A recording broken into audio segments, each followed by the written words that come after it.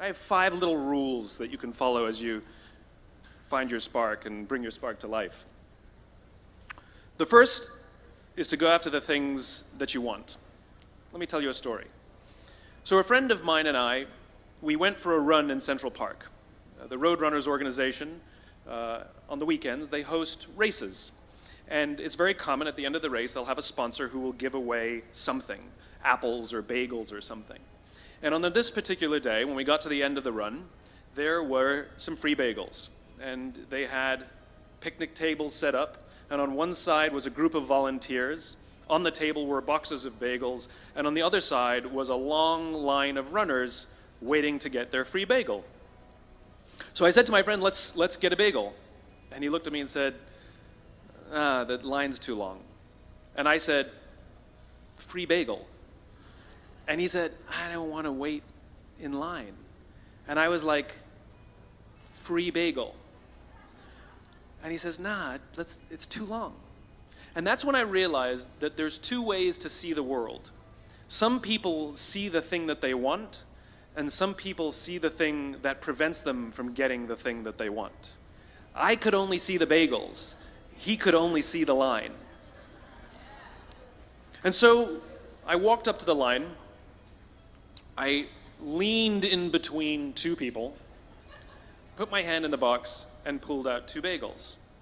And no one got mad at me, because the rule is you can go after whatever you want. You just cannot deny anyone else to go after whatever they want. Now, I had to sacrifice choice. I didn't get to choose which bagel I got. I got whatever I pulled out, but I didn't have to wait in line. So the point is you don't have to wait in line. You don't have to do it the way everybody else has done it. You can do it your way. You can break the rules. You just can't get in the way of somebody else getting what they want. That's rule number 1. Rule number 2. I like this one. In the 18th century, there was something that spread across Europe and eventually made its way to America called puerperal fever, also known as the Black Death of Childbed. Basically, what was happening is women were giving birth, and they would die within 48 hours after giving birth. This Black Death of childbirth was the ravage of Europe, and it got worse and worse and worse over the course of over a century. In some hospitals, it was as high as 70% of women who gave birth who would die as a result of giving birth. But this was the Renaissance. This was the time of empirical data and science, and we had thrown away things like tradition and mysticism. These were men of science. These were doctors. And these doctors and men of science wanted to study and try and find the reason for this Black Death of childbed, and so they got to work studying, and they would study the corpses of the women who had died. And in the morning they would conduct autopsies, and then in the afternoon they would go and deliver babies and finish their rounds. And it wasn't until somewhere in the mid-1800s that Dr. Oliver Wendell Holmes, father of Supreme Court Justice Oliver Wendell Holmes, realized that all of these doctors who were conducting autopsies in the morning weren't washing their hands before they delivered babies in the afternoon. And he pointed it out and said, guys, you're the problem. And they ignored him and called him crazy for 30 years. Until finally somebody realized that if they simply washed their hands, it would go away. And that's exactly what happened. When they started sterilizing their instruments and washing their hands, the Black Death of childbed disappeared. My point is, the lesson here is, sometimes you're the problem. We've seen this happen all too recently with our new men of science and empirical studiers and these men of finance who are smarter than the rest of us until the thing collapsed. And they blamed everything else except themselves. And my point is take accountability for your actions. You can take all the credit in the world for the things that you do right, as long as you also take responsibility for the things you do wrong. It must be a balanced equation. You don't get it one way and not the other. You get to take credit when you also take accountability. That's lesson 2. Lesson 3, take care of each other. The United States Navy SEALs are perhaps the most elite warriors in the world. And one of the SEALs was asked, who makes it through the selection process? Who is able to become a SEAL? And his answer was, I can't tell you the kind of person that becomes a SEAL. I can't tell you the kind of person that makes it through BUD/S. But I can tell you the kind of people who don't become SEALs. He says the guys that show up with huge, bulging muscles, covered in tattoos, who want to prove to the world how tough they are, none of them make it through. He said the preening leaders who like to delegate all their responsibility and never do anything themselves, none of them make it through. He said the star college athletes who've never really been tested to the core of their being, none of them make it through. He says some of the guys that make it through are skinny and scrawny. He said some of the guys that make it through, you will see them shivering out of fear. He says, however, all the guys that make it through, when they find themselves physically spent, emotionally spent, when they have nothing left to give physically or emotionally, somehow, some way, they are able to find the energy to dig down deep inside themselves, to find the energy to help the guy next to them. They become SEALs, he said. You want to be an elite warrior. It's not about how tough you are. It's not about how smart you are. It's not about how fast you are. If you want to be an elite warrior, you better get really, really good at helping the person to the left of you and helping the person to the right of you. Because that's how people advance in the world. The world is too dangerous and the world is too difficult for you to think that you can do these things alone. If you find your spark, I commend you. Now, who are you going to ask for help, and when are you going to accept help when it's offered? Learn that skill. Learn by practicing helping each other. It'll be the single most valuable thing you ever learn in your entire life. To accept help when it's offered and to ask for it when you know that you can't do it. The amazing thing is when you learn to ask for help, you'll discover that there are people all around you who've always wanted to help you. They just didn't think you needed it because you kept pretending that you had everything under control. And the minute you say, I don't know what I'm doing, I'm stuck, I'm scared, I don't think I can do this, you will find that lots of people who love you will rush in and take care of you. But that'll only happen if you learn to take care of them first.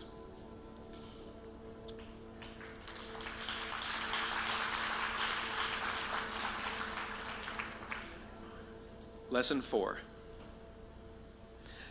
Nelson Mandela is a particularly special case study in the leadership world because he is universally regarded as a great leader.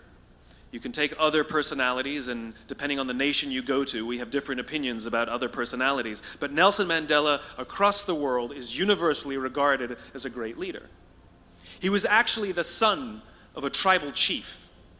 And he was asked one day, how did you learn to be a great leader? And he responded that he would go with his father to tribal meetings. And he remembers two things when his father would meet with other elders. One, they would always sit in a circle.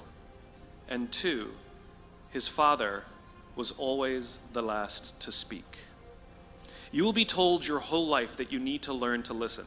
I would say that you need to learn to be the last to speak. I see it in boardrooms every day of the week. Even people who consider themselves good leaders, who may actually be decent leaders, will walk into a room and say, here's the problem, here's what I think, but I'm interested in your opinion, let's go around the room. It's too late. The skill to hold your opinions to yourself until everyone has spoken does two things. One, it gives everybody else the feeling that they have been heard. It gives everyone else the ability to feel that they have contributed.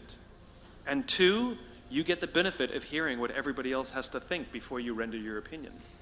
The skill is really to keep your opinions to yourself. If you agree with somebody, don't nod yes. If you disagree with somebody, don't nod no. Simply sit there, take it all in, and the only thing you're allowed to do is ask questions so that you can understand what they mean and why they have the opinion that they have. You must understand from where they are speaking, why they have the opinion they have, not just what they are saying. And at the end, you will get your turn. It sounds easy, it's not. Practice being the last to speak. That's what Nelson Mandela did. Number 5. This is Monty Python. 1, 2, 5, 3. For all the other nerds in the audience. There's one. Number 5. My favorite one of all. True story. There was a former Undersecretary of Defense who was invited to give a speech at a large conference, about 1,000 people. And he was standing on the stage with his cup of coffee and a styrofoam cup, giving his prepared remarks with his PowerPoint behind him. And he took a sip of his coffee and he smiled and he looked down at the coffee. And then he went off script. And he said, last year I spoke at this exact same conference. Last year I was still the Undersecretary. And when I spoke here last year, they flew me here business class. And when I arrived at the airport, there was somebody waiting for me to take me to my hotel. And they took me to my hotel and they had already checked me in and they just took me up to my room. And the next morning I came downstairs and there was someone waiting in the lobby to greet me and they drove me to this here same venue. They took me through the back entrance and took me into the green room and handed me a cup of coffee in a beautiful ceramic cup. He says, I'm no longer the Undersecretary. I flew here coach. I took a taxi to my hotel and I checked myself in. When I came down the lobby this morning, I took another taxi to this venue. I came in the front door and found my way backstage, and when I asked someone, do you have any coffee? He pointed to the coffee machine in the corner, and I poured myself a cup of coffee into this here styrofoam cup. He says the lesson is, the ceramic cup was never meant for me. It was meant for the position I held. I deserve a styrofoam cup. Remember this. As you gain fame, as you gain fortune, as you gain position and seniority, people will treat you better. They will hold doors open for you.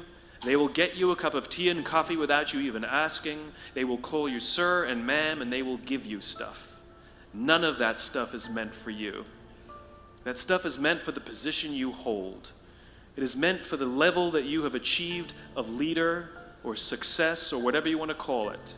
But you will always deserve a styrofoam cup.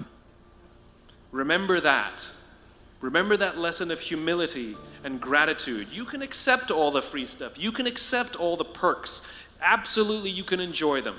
But just be grateful for them and know that they're not for you. I remember getting off the Acela. I took the Acela from New York to Washington, D.C. And I got off the train like everybody else. And I was walking down the platform like everyone else, and I walked past General Norty Schwartz, who used to be the Chief of Staff of the United States Air Force, the head of the Air Force. And here I did, you see a guy in a suit, schlepping his own suitcase down the platform just like me. And just a couple months ago, he was flying on private jets and he had an entourage, and other people carried his luggage. But he no longer held the position. And so now he got to drag his own suitcase. And never did it sort of remind me more that none of us deserve the perks that we get. We all deserve a styrofoam cup. It was a pleasure meeting you guys this afternoon. I was blown away by your honesty and your curiosity and your poise. And I am confident that the future is bright, despite the fact that America looks like an absolute mess right now. I am confident that the future is bright for one reason and one reason only, because you will grow up and you will be our future. Thank you very, very much, guys. You're wonderful.